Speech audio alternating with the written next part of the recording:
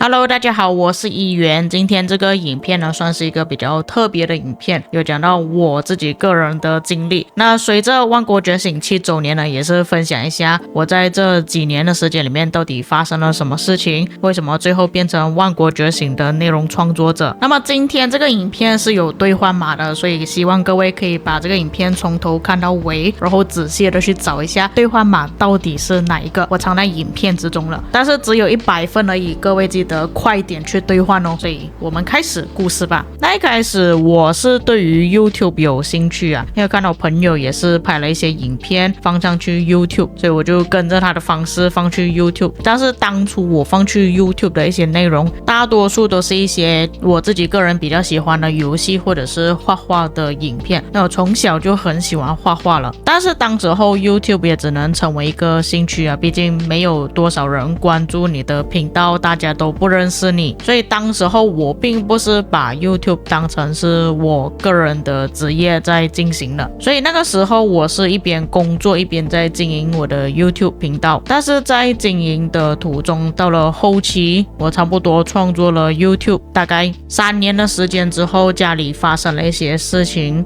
然后我自己个人的感情上面也是发生了一些问题，再包括那个时候我也是失去了工作，所以是同时间发生了3个事情，而且是影响到我的生活很严重的。在那个时期我也是陷入了蛮严重的抑郁。先说一下家庭方面的事情吧。那如果是很早期就已经有看我影片的观众应该就知道这件事情了。当时候我居住的环境是必须要挤在一间房间里面，而且是3个人共用一间房间。那我睡的地方就是下面这个床的位置，那时候房间也是没有空调的，我姐姐在上面，然后我的阿嬷就睡在这个位置。那时候的环境是真的很糟糕。我录音的时候呢，我就是躲在我的床角，然后用被子来围盖着旁边的空间，就变成一个密闭空间，在里面坐着录音。也因为那时候完全没有自己个人的空间啊，然后家里又发生了不少的事情。因为那时候我的抑郁问题还蛮严重的，我是每天都没有办法睡觉，会头痛，会有很多很负面的想法，就是那种自我了结的想法。那因为接触到万国觉醒，那时候万国觉醒的玩家也比较活跃一点，我们需要从低的区域开始建旗帜，然后有来自世界各地的朋友每天会跟我们聊天。因为世界各地的朋友他们是24小时都会有人在线的，大家也很活跃，在讨论着要如何去培养统帅的问题，要如何去玩这个游戏，我们的联盟里面有什么策略，有什么战略，要如何搭配等等。就在那个时期，虽然我还是没有办法正常的入睡，但是因为跟朋友有交流了之后，让我减少了有很多负面想法的情况发生，就把我的注意力换在游戏上面。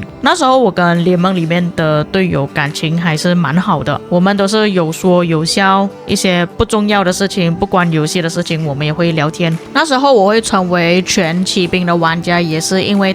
因为当时候有一个口号叫一骑当千，也就是希望我们一个玩家可以当1000个玩家来使用。这也是为什么我至今为止还在使用着我全骑兵的账号，我不舍得放弃这个账号，尽管这个账号已经变得很糟糕了因为随着版本的更新，如果使用全骑兵来玩的玩家呢会比较痛苦一点。但那时候你们可以看到我的频道6年前我们就拍了一个影片，就是我跟我的队友去打人家的采集部队。那其实在那个时期呢，我没有想过要把万国觉醒放在 YouTube 上面玩，因为我在那个时候没有什么接触网络类的游戏，而且我看的其他 YouTube 主播的内容呢，多数都是讲单机游戏，很少会提及到网络游戏或者是像这种可以联机的手机游戏。所以那时候可以看到我还是继续拍一些我比较喜欢的游戏，但是后来就开始画了一些万国觉醒的人物，然后有帮我的队友去设计了一些他们的头像。这个影片虽然是不关万国觉醒的事情，但是里面的一些作品都是来自万国觉醒的队友的。这些影片全部都是万国觉醒里面联盟队友的头像，全部都是帮他们设计的。到了后来，我的队友才支持我说你应该拍多一点影片放去 YouTube， 所以后来我才开启了我的万国觉醒 YouTube 生涯，开始放了一些万国觉醒的影片上去。那当然当时候不叫万国觉醒，而是文明觉醒。随着后来拍更加多的影片，尤其是教学类的影片，越来越多人来看，也是开始增加了自己的粉丝数量，也更加认真的去玩这个游戏了。因为在一开始我接触万国觉醒的时候，我只是玩了1天就已经弃坑了，因为被人家给清零了但是后来看到我哥哥也有在玩，我就把万国觉醒重新下载来玩，结果我才发现到原来我们属于不同的王国，我们是没有办法碰面的。当时候好像还没有出现移民的系统，那最后还是我自己本人坚持下来玩了，但是我哥哥已经不玩了。随着我接触这个游戏越长的时间，我就认识到越来越多的朋友，一开始还会融入一些其他游戏或者是其他的影片，但后来比较专注在拍摄万国觉醒的内容了。虽然那时候观看变多了，我的观众变多，粉丝数量也比较多了，但是我的生活并没有太大改变了，因为那时候钱不够的关系嘛。那其实我在玩万国觉醒这个途中呢，也是有找了一些 part time 的工作来做，那当时候只是需要上班4个小时而已，我剩下的时间就是拿去经营我的 YouTube。 那各位也知道我有睡眠的问题嘛，再加上当时候我是全心全意的在玩万国觉醒这个游戏，就是花了很多的精力跟时间在游戏上面，就变成说我一时要兼顾我的 YouTube， 兼顾游戏，又要兼顾我的工作的话，我是忙不过来的。所以最后我把我的工作给辞职了，专心的去做全职的 YouTuber。可是这个决定是真的很危险的，因为我在没有工作的情况下， YouTube 也不稳定的情况下，我就选择了辞职专心做 YouTube。 当时候我的家人朋友没有一个人支持我做这件事情，他们觉得我不务正业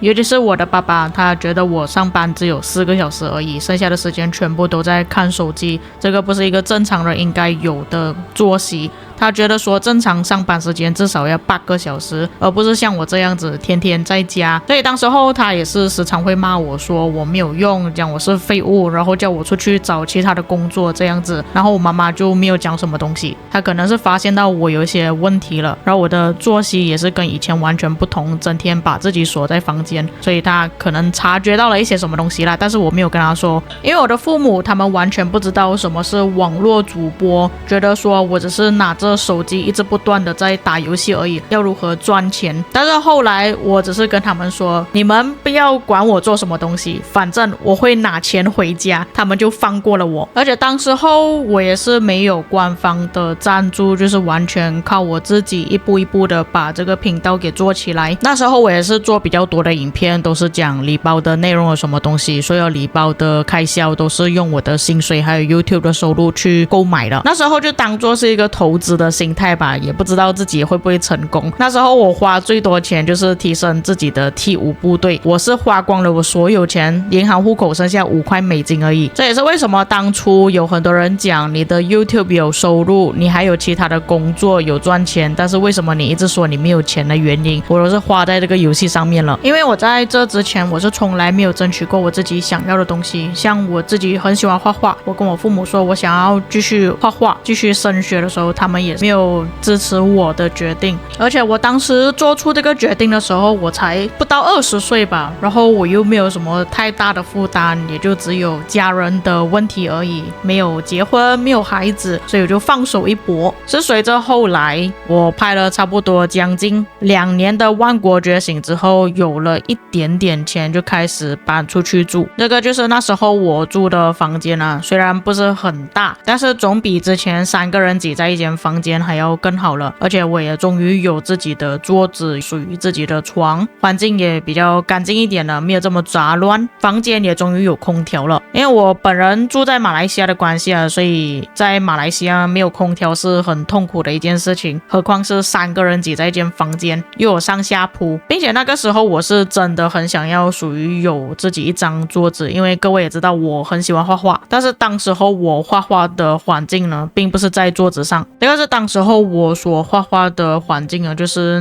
拿收纳箱当成是桌子，打灯，然后那时候也没有太多的钱去买一个比较好的绘板或者是平板，只能在纸上面画画，所以当时候的环境是真的很糟糕的。但是在这之前呢，原本是有一张属于自己的桌子，但是因为变成3个人要在一间房间了嘛，变成当时候我要求一张桌子是已经很奢侈的事情，而且要把原本属于自己的桌子给放弃掉，因为我那个桌子还蛮长的，我记得应该有150公分左右，但是也不能因为我自己本人想要一张桌子而放弃了一个床的位置嘛，这也算是我的爆发点之一啊。我个人是觉得说3个人挤在一间房间没有什么太大问题，没有个人的私人空间也是没有什么太大问题，但是放弃掉我的桌子是真的太痛苦了，我什么东西都做不了。所以那时候有属于自己一张桌子呢，你们是没有办法理解到我当时候的喜悦，并且从这个房间也是开始慢慢加强了自己的设备，买了更好的手机，也是靠自己的努力做更加多万国觉醒的内容，而购买了人生中自己所买的笔记型电脑。这里虽然不是梦开始的地方，但是是梦铸造的地方，并且当时候住在这里的时候，我的观众群，我的观看率到达了一个更高的境界，也是在这里开始去了解到960这个王国。但是当时住在这里有一个比较大的问题啦，我已经开始接触直播了，做万国觉醒的直播，但是因为网络很糟糕的关系，所以在这里我住了2年时间。后来我姐姐结婚了，就变成那个房间只剩下我阿嬷一个人而已，所以我搬回去住，变成那间房间有2个人了。那有说不一样的地方就在于我姐姐的东西很多，当她结婚嫁出去之后，东西就自然变少了，但毕竟还是2个人共用一间房间啊，我又担心吵到我阿嬷睡觉，所以我当时候就去订购了一个录音室。那你们也可以看到是非常简陋，就放了我的电脑，我的麦克风，一张椅子，看起来很不舒服的椅子，然后这个位置其实就是我的床架，我就在这个空间里面录音做影片直播，但是我多数玩游戏的时间还是在外面啦，各位不需要太担心。但是如果真的直播打 KVK 的时候，我就必须要躲在这个环境里面了。那这个环境里面就真的非常的闷热，因为它是录音室，里面又有那种隔音海绵啊，又不透风所以我在里面几乎是一直在流汗的，尽管是已经开了风扇还是在流汗的，因为它没有办法把外面的风带进来。那也刚好在这个时期呢，我就完完全全的去接触到了960这个王国，收到了来自960豹哥的邀请，就问我想不想要加入他们，跟他们一起去打 KVK。我记得那个时候我回来这个家好像差不多半年时间吧，就接收到了豹哥的邀请。那时候我收到豹哥的邀请的时候，是真的感到非常兴奋跟意外，因为我一直以来都是960的支持者，我没有想过有一天他们会找我去帮忙他们打 KVK。 因为我相信对于大多数的华人玩家来说，960就是一个神圣的存在。当时候960接收玩家的标准也很高，不是每一个人都可以加入到960的，所以我有幸接收到尤其是来自国王的邀请的时候，你们都不知道我当时候有多么的兴奋。所以为什么我在后来一直很全心全意的去帮960战斗，也就是这个原因。所以你们当时候看到960对上1365所有的直播内容影片内容，都是在这个你们称之为厕所的地方所做出来的。那你们可以想象到那时候我差不多一天直播超过10个小时的时间，我都是要在这个这么闷热的地方里面做直播所以当下的环境是真的很辛苦的，很难受的，但是这个只有自己知道而已啦，大多数人都不知道这件事情啊。你们可以看后续的直播都是这么长的时间，还有甚至更久的也有，但是这个也算是一个就是很难忘的回忆，发生了很多事情，全部都是在这里面进行了。是直到后来我又在这间房子做了2年的影片之后，开始有存到了一些钱，所以最后才决定要购买自己的房子搬出去住。那一方面也是因为我的年纪也不小了再加上我一直想要有自己的空间因为我原本住的房子呢是跟我父母一起住，然后我的兄弟姐妹也比较多人，再加上我有说过那间房间呢其实还是需要挤2个人尽管后来阿嬷已经过世了，但是那个房间呢还是属于比较小一点的，再加上那个房子完全是没有隔音的效果，环境也比较闷热一点，所以后来我跟我姐姐一起决定买了一间房子。那这个我在早期呢也是有拍过影片跟大家介绍过了，我的房子是长什么样子，那有兴趣的观众呢可以去看一下这个影片所以这一路走来是真的很不简单有不少人说我是因为万国觉醒而赚到钱，那事实上也是的，但是你们要想一下，我从以前那么恶劣的环境，然后慢慢改变自己的生活变成这样子，中间经历了什么东西，我做了多少的努力才改善了我原本的生活。同时间万国觉醒的影片质量也是有慢慢的在提升，从以前一开始拍摄影片的时候可能口齿不清，讲话很卡顿，有很多停顿点不是很顺畅，甚至画面都是卡顿的，而且完全做不了直播。毕竟你们想一下，在以前那个环境我要如何做直播呢？连电脑都没有。到了后来制作更加多的内容，提升了自己的设备之后，影片剪辑的质量也是开始慢慢提升了。那虽然有一些观众可能看不出有什么差别啦，但是实际上影片的后面呢，我是做了很多的剪辑，你们是看不出的，每个停顿点都要剪辑掉。更何况因为我的语言呢，在现在万国觉醒不是每个玩家都会选择的语言，我还要增加不同语言的字幕上去，这些或许是大多数观众都没有办法看到的地方吧。也不知不觉的，我制作万国觉醒的内容都已经7年的时间了，也是制作了至少2599，可能其中99部影片不是来自万国觉醒的，但是2000多部万国觉醒的影片内容呢，都已经算很夸张了。能够玩上万国觉醒，能够遇到我这些观众呢，也是一种缘分吧，因为我也没有想到可以变成这样子，从当初只是制作一个兴趣，然后慢慢演变成万国觉醒已经是我的人生中的一部分了，也对我的人生改变了很多东西。像是我第一次坐飞机出国也是因为万国觉醒的缘故，我的英文提升也是因为万国觉醒的缘故，我想要跟更加多的玩家接触，也是万国觉醒把我从原本抑郁的状态慢慢拉出来了。这些事情都是我在一开始从来都没有想象过会发生的事情。以上就是我遇见万国觉醒7年里面所发生的一些事情，我的人生经历算上来也是算蛮励志的吧，也是希望各位也不要这么快的气馁了。如果遇到一些很糟糕的事情，只要你肯努力，只要你肯踏出那一步，可能你的人生就会有所改变。那以上就是本期内容，至于各位在看了今天的影片之后有什么想法，可以在评论区给我知道。我们下个影片再见。